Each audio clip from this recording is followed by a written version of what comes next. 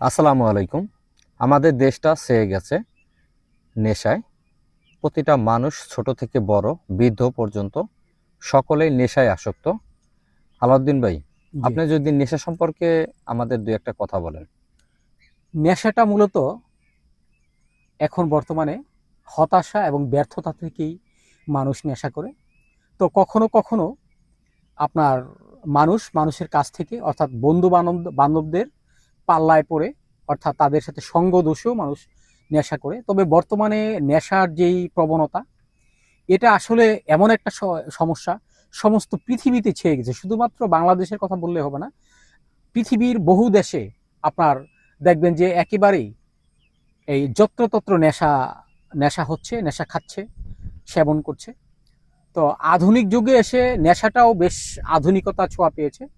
আপনারা দেখেন, এই এক সময় মানুষ মদ পান করতো, রাস্তাঘাটে আপনার এই মদ খেয়ে মাতলামি করতো। বর্তমানে ইয়াবা এসেছেন, তারপর এক সময় আপনার হেরোইন ছিল, গাঁজা ছিল।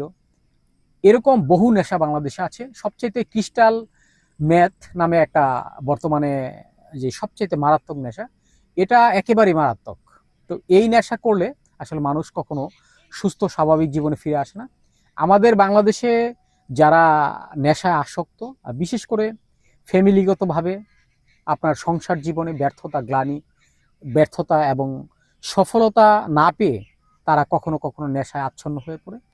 এই নেশা থেকে বাঁচতে হলে সুন্দর স্বাভাবিক জীবনযাপন করতে হবে এবং বেশি লোভ করা যাবে না যে আমার হাজার হাজার কোটি কোটি টাকার দরকার, আমি এটা করব ওটা করব। মানুষ যদি স্বল্প আয়ের মধ্যে থাকে এবং খুব অল্প সীমাবদ্ধতার মধ্যে থাকে যে আমি কোনো মতে বেঁচে থাকলেই হয়, আমার বড় কোনো কিছু প্রত্যাশা নেই, শুধু এতটুকু বললেই, এটাই যদি মনের মধ্যে থাকে যে আমার বেশি কিছু প্রত্যাশা নেই, তাহলে পৃথিবীর কোনো মানুষই নেশাখোর হবে না। এটা থেকে বের হওয়ার উপায় কি?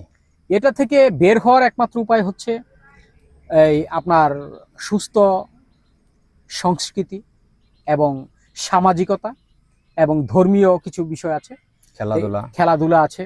এই একজন আপনারা দেখবেন বাংলাদেশের মধ্যে 99.9% মানুষ সেফ, সেটা হলো ধর্মীয় বিষয়টা। যারা ইসলাম ধর্মে বিশ্বাসী, যারা কোরআন পড়েন, যারা নামাজ পড়েন 5 ওয়াক্ত, তাদের মধ্যে 99.9% মানুষ নেশা করে না। আর যারা আমরা ইংরেজি বাংলা মাধ্যমে পড়ালেখা করি কিংবা বিশ্ববিদ্যালয়ে থাকি পড়াশোনা করি কিংবা কোনো প্রকার গাড়ি চালাই, এটা ওটা বিভিন্ন ধরনের, অর্থাৎ নিম্ন শ্রেণীর মানুষগুলো বেশি নেশাখোর। ধন্যবাদ আপনাকে। আশা করি আপনারা যারা নেশা করেন সবাই নেশা থেকে বের হবেন, বের হয়ে আসবেন, যাতে সমাজ এবং সমাজের ব্যবস্থা দুটোটাই ভালো থাকবে। ধন্যবাদ সবাইকে।